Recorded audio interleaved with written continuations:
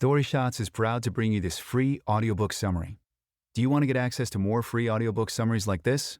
Subscribe and click the bell button now to get notified each time we upload a new summary. You can also download our free app and enjoy thousands of other summaries of best-selling nonfiction books that are available in text, audio, and animated formats. Welcome to the Deep Dive, everyone, where we really get into the nitty-gritty of complex topics. Today, we're taking a deep dive. taking a deep dive into Malcolm Gladwell's Revenge of the Tipping Point. This book, it's all about how ideas and behaviors can spread like wildfire. So get ready, because we're going to uncover some of those hidden patterns that shape all sorts of things. Like, you wouldn't believe it, even medical practices and bank robberies. It's amazing how these ideas take these strange pathways and lead us to uncover all these unexpected connections. Exactly. And speaking of connections, Gladwell brings up this really interesting concept he calls the overstory. It's basically about these unseen forces, like the vibe of a place, and how that can actually influence people's behaviors. Yeah, it's like the air we breathe, shaping our thoughts and actions without us even realizing it. Exactly. It's like we're on autopilot sometimes.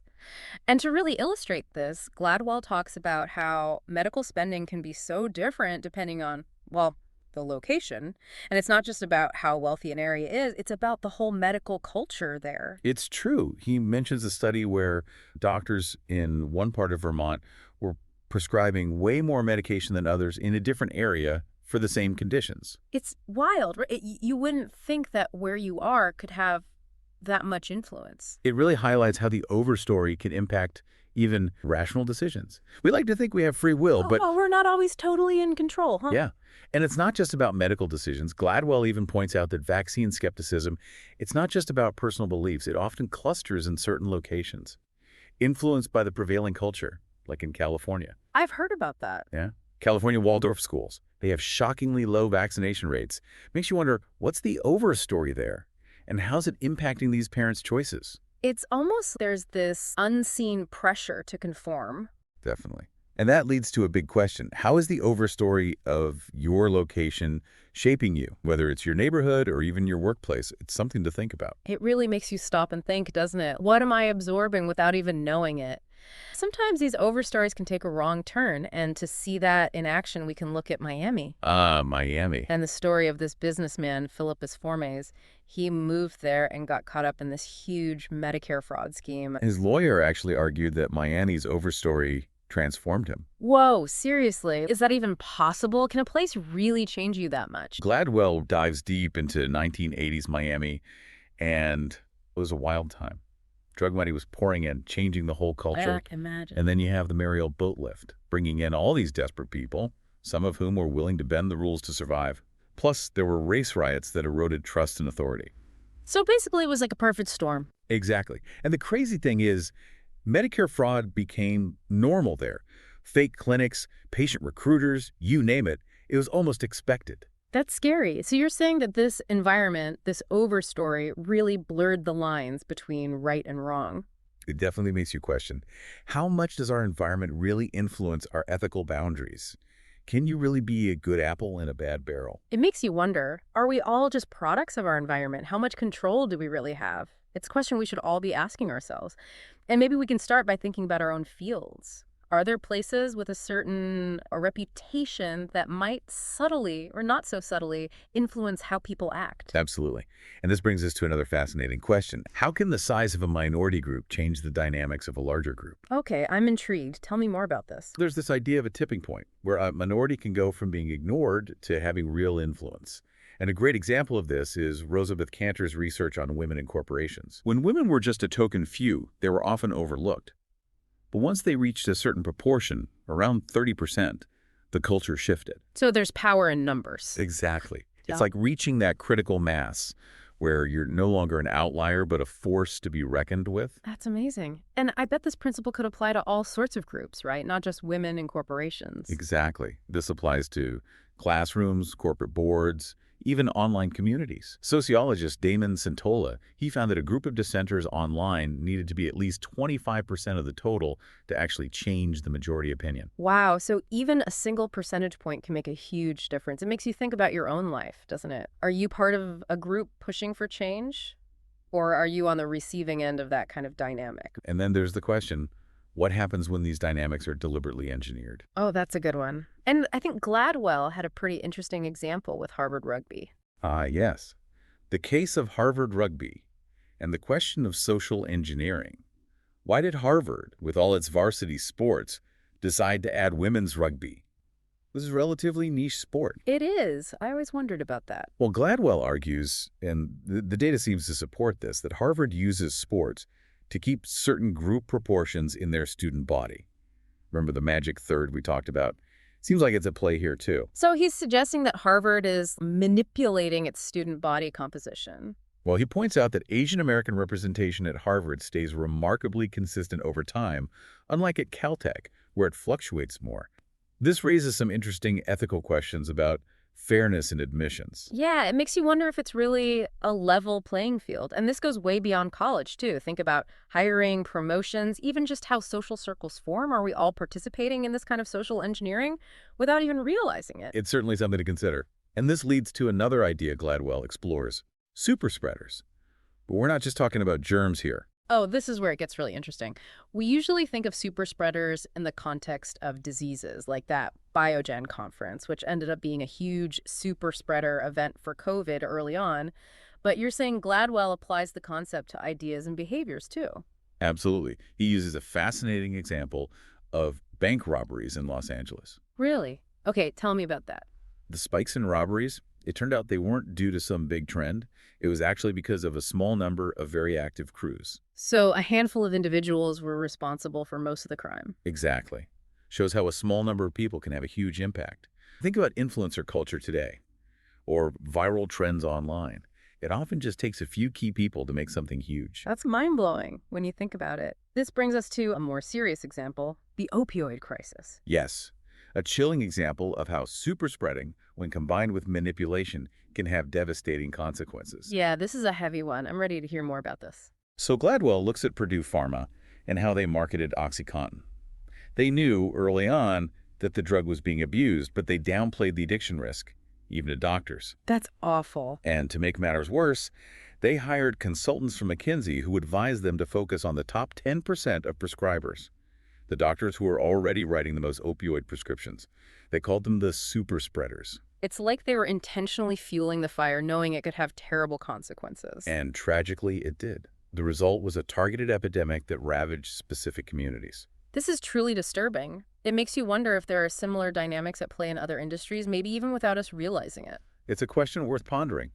And what's even more eerie is that Gladwell draws a parallel to the COVID pandemic. Really? How? We could have identified potential super spreaders early on, older individuals, those with a high BMI, but we didn't. And it makes you think, why not? It raises a lot of tough questions about public health policy and how we respond to crises. This is heavy stuff. Maybe we need a lighter example to digest all this. All right, let's shift gears and talk about the curious case of the vanishing cheetahs. It's a fascinating story about genetic bottlenecks and the dangers of being too pure. Vanishing cheetahs. Okay, I'm all ears. What's this about? Cheetahs are incredibly similar genetically, almost like they all came from a tiny group of ancestors. So they lack diversity. Exactly. And this makes them vulnerable to disease, plus it creates problems for breeding them in captivity. Gladwell uses this to illustrate the importance of diversity, not just biologically, but in all aspects of life. So being too similar can actually be a disadvantage. It's true. Zoos struggled to breed cheetahs while other species with more diversity thrived. It's not just about quantity, it's about variety. Different perspectives, experiences, and, yeah, even genetic makeup. It's that old saying, strength in numbers, but with a twist. It's about having a range of strengths to draw from. So in a way, this ties back to the idea of social engineering, right? Yeah. Trying to create a certain mix of people or traits. Exactly. And Gladwell brings up another interesting example, the Florida panther, which was also facing a genetic bottleneck. Oh, I've heard about this. Weren't they in danger of disappearing? They were. And to save them, conservationists decided to introduce cougars from Texas into the Florida panther population. Wait, they mixed the two? That sounds risky. It was a bold move, but you know what? It actually worked. These hybrid panthers were healthier, stronger, and much more successful at reproducing. Wow. So sometimes a bit of mixing can be a good thing. It's a powerful example of how diversity can lead to resilience and survival. It makes you think about human societies, too. What happens when cultures clash and new ideas and people are introduced? Is it always a bad thing? Good question. Could it sometimes lead to greater strength and resilience? I believe that's one of the key questions Gladwell is exploring in his book. It makes you wonder if our fear of the other and this desire for everyone to be the same might actually be holding us back. Maybe we need to embrace those differences a bit more. It's a perspective worth pondering. And now let's shift our focus to the power of stories and how they shape our understanding of the world. This is something I've been thinking about a lot lately. It feels like we're constantly surrounded by stories shaping how we see reality. It's true. And Gladwell dedicates a whole chapter to the Holocaust and how it was largely ignored by mainstream society for decades. Really? That's hard to believe considering how significant it is in our understanding of history. Historians weren't covering it much, survivors were hesitant to talk about it, and Hollywood was silent. It's a stark example of how certain stories can be suppressed or overlooked. What changed? What brought this horrific event into the light?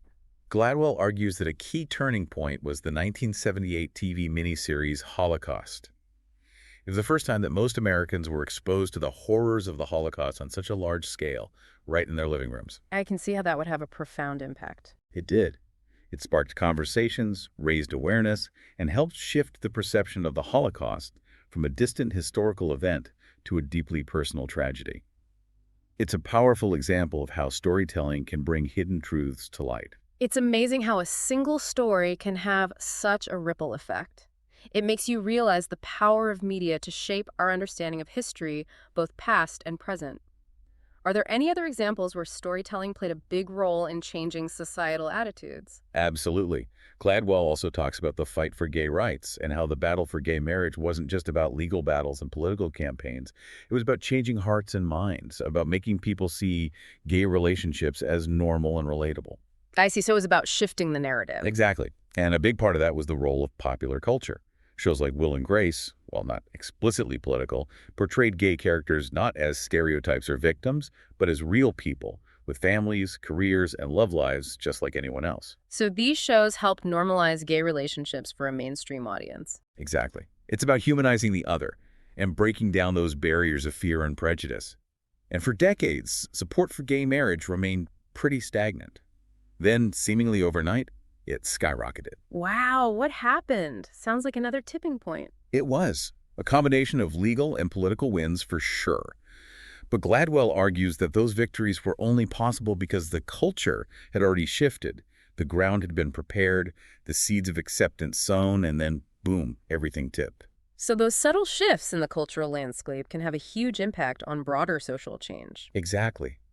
Sometimes the most effective way to change the world isn't through grand pronouncements or sweeping policies, but through subtle shifts in perception, through stories that resonate with people on a personal level. It's a powerful reminder that we all have a role to play in shaping the narratives that shape our world. It makes you wonder, what stories are shaping your worldview?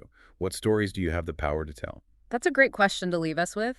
It seems our journey through Gladwell's Revenge of the Tipping Point is just getting started. We've only scratched the surface. Did you like this audiobook summary? Click the like button now to support our channel. If you don't want to miss out on new free audiobook summaries, subscribe and click the bell button. You can also download our free app and enjoy thousands of other summaries of best-selling nonfiction books that are available in text, audio, and animated formats.